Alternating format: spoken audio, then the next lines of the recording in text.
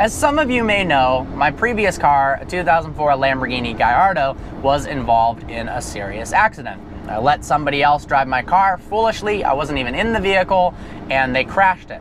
Now, what happens in most accidents is, of course, the driver or the people involved have a ton of adrenaline, and they don't really know exactly what happened. And that was the case.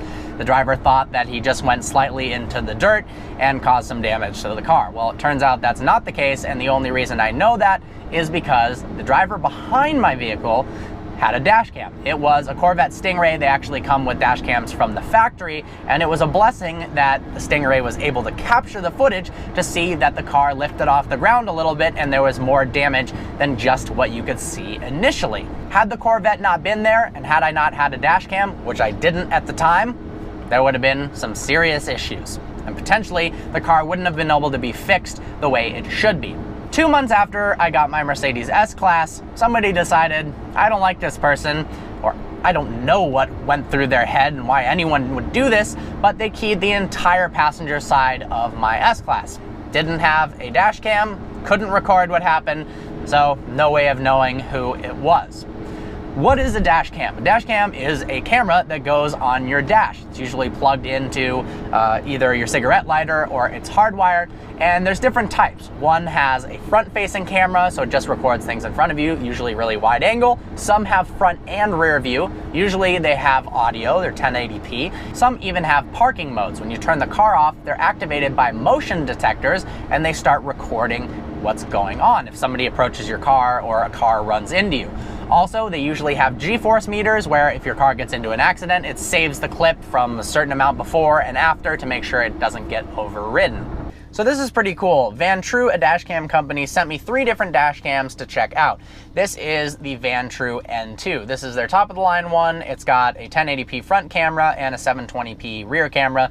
It's got parking modes and stuff like that. So we're gonna test it out just to see what, and show you guys what the video quality looks like as well as the audio quality.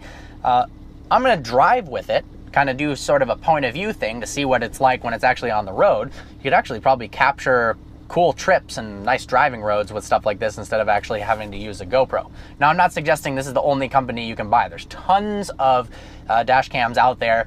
Do your research. I'm not sure if I'm gonna make a comparison yet, but if you go on Amazon, you can read all the reviews and see what dash cam best fits your need. Vantrue does make a couple different models. This one's the top of the line. It's $189. They've got the N1, which is $89, and then they've got the R2, which I believe is $130. Obviously, they don't have all the functionalities of this one, but let's see what it's like when you actually drive with it. Audio of the unit itself, both engine noises and talking.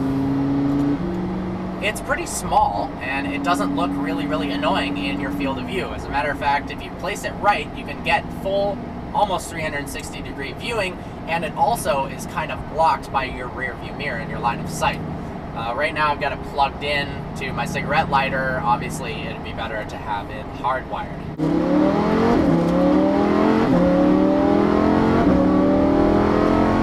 If everyone bought a dash cam, I feel like less crime would happen with cars. People would be more afraid to steal cars, more afraid to key cars, because their face could potentially be recorded in a stealth-equipped dash cam. That is my goal. I hope that people stop keying cars. I mean, seriously, it's about as lame as it gets. I'm not sure what you accomplish by doing that, but you're just destroying someone else's property, and that is not cool whatsoever. There are times where a dash cam can really save your ass, so you might as well have one before something bad happens, and you got it on film. Maybe something good will come out of it.